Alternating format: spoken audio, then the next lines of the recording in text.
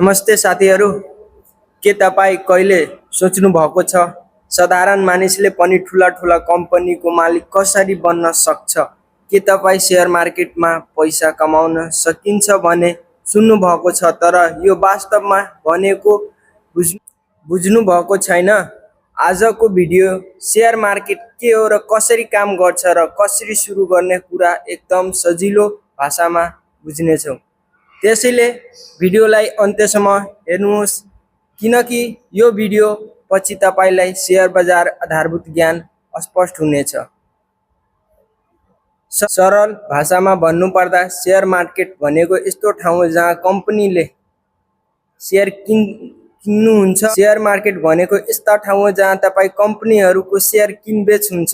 जब कुनै कम्पनीले व्यापार बढाउन पैसा चाहिन्छ, त्यो कम्पनीको सानो सानो भागमा विभाजन गर्छ, त्यसलाई नै शेयर भनिन्छ। यदि तपाईले कुनै पनि कम्पनीको एक शेयर किन्नुभयो भने त्यसको अर्थ तपाईले त्यो कम्पनीको सानो मालिक बन्नुहुन्छ। उदाहरणको लागि मानौँ एउटा कम्पनीले 1000 शेयर छ भने यदि तपाईले 10 शेयर किन्नुभयो भने तपाईँ त्यस कम्पनीको हिस्साको मालिक बन्नुहुन्छ। शेयर मार्केट मुख्य दुई तरिकाले पैसा कमाइन्छ। फर्स्ट रहेछ शेयर प्राइस बढ्दा। यदि तपाईले एउटा शेयर 100 रुपियाँमा किन्नुभयो र केही समयपछि त्यो 150 रुपियाँ भयो भने तपाईँ बेच्दा 50 रुपियाँको प्रॉफिट हुन्छ।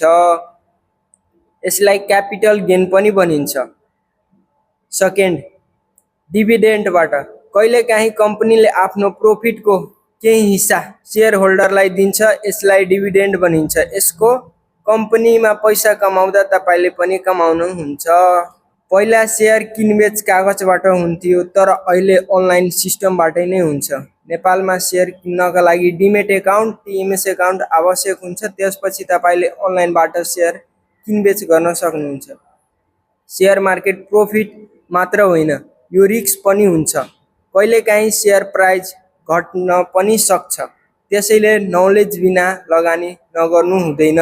सधैँ राम्रो कम्पनी छानौट गर्नुहोस्, लङ टर्म सोच्नुहोस्, धैर्य राख्नुहोस्। साथीहरू, आज हामीले शेयर मार्केट के हो, कसरी काम गर्छ भन्ने कुरा बुझ्यो। यदि तपाईले शेयर मार्केट सिकेर फ्युचरमा पैसा बढाउनु छ भने यो शेयर मार्केटको आइपिओ, इन्भेस्टमेन्ट र स्मार्ट फाइनेन्स सजिलो भाषामा सिक्नेछौँ। धन्यवाद। फेरि भेटौँला अर्को भिडियोमा।